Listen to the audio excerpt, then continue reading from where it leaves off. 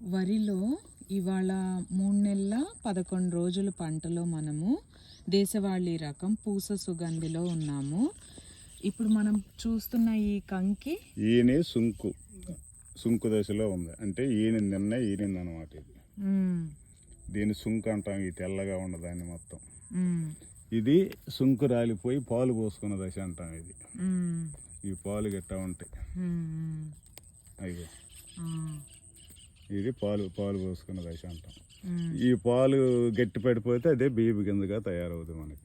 ఇట్లా దశల వారిగా ఈయనాక ఎట్లా ఉంటది, తర్వాత కొంత 4 రోజులకి తీరిక పాలు పోసుకున్న దశ ఉంటది.